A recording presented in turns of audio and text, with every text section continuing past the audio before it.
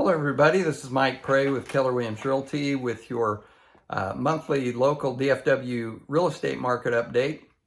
Today we're talking about what happened through October and what we might look for now post-election. First, I hope everybody had a wonderful Halloween and had a lot of fun and are looking forward to a great Thanksgiving. This is just a great time of the year, and we have the special event of the election, which many people are wondering, well, how is the election going to affect real estate going forward? And there are a few things that we can look for. It's been predicted that interest rates will moderate over time over the next year. Also, analysts are projecting that DFW will be one of the, if not the, one of the hottest real estate markets in the country in 2025. Also, if many of the promises made by the new administration do come to pass, we'll see an expansion, if not an explosion, of real estate in 2025 as more people become more confident in the economy, as costs come down. We'll see more and more people getting out into the market, and that will create possibly some upward pressure on prices, and certainly more competition for available inventory. So those are some of the things that we might look for. I always entertain predictions about the real estate market with some cautious optimism, and looking forward to see what that brings. So we have had recently, interest rates have moderated a little bit. In fact, very recently are back down into the sixes on average, and interest rates are always a big player in the real estate market, as the majority of homes purchased are done so through loans, and so interest rates have a big impact on the monthly cost to buy a home. So we seem to be settling in a little bit in the sixes, and still it's been a wide swing in the sixes for the interest rates. But what's happened for us here in October is that we had there was some great activity in September as far as purchasing was concerned, and that was reflected in some of the October numbers. Homes closed increased month over month 16%, which probably reflected actual homes that went under contract the month before. For the year, they were up 27.5%. So we're seeing an improvement in the real estate market year over year, and a lot of that has to do with the fact that the interest rates are a little bit lower. The median sales price was up 1.9% at ended the month of October at $405,000 on average.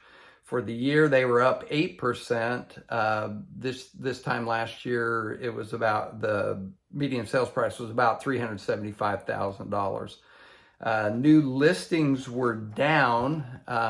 Part of that is seasonal. Part of that is a little bit of unsurety about what's going to happen post. A lot of that was unsurety about who is going to win the election. Everybody's got an opinion about what's going to happen depending on which side won, and a lot of people were kind of putting it on pause a little bit just to see how it turned out.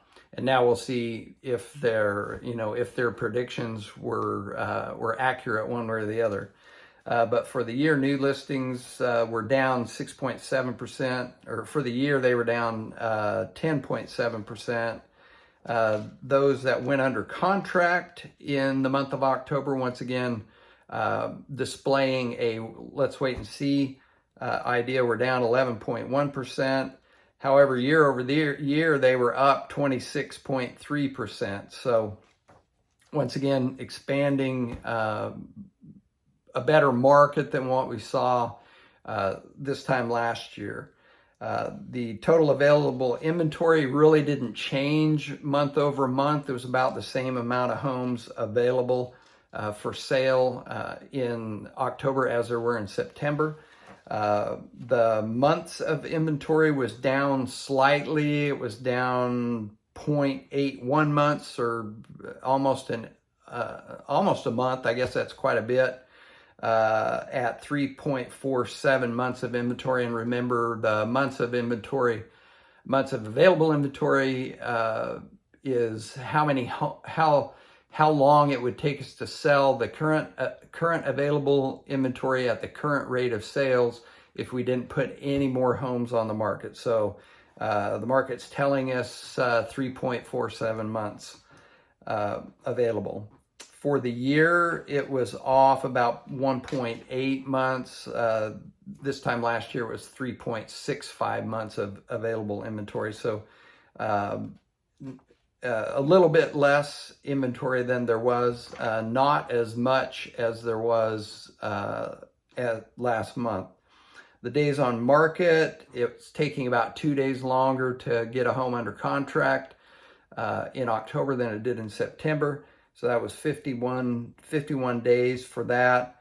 For the year, it was up about 5 days. So it was taking 46 days last year to get those homes under contract. Some of these figures, you really got to dig to make them make sense of why they would be that way.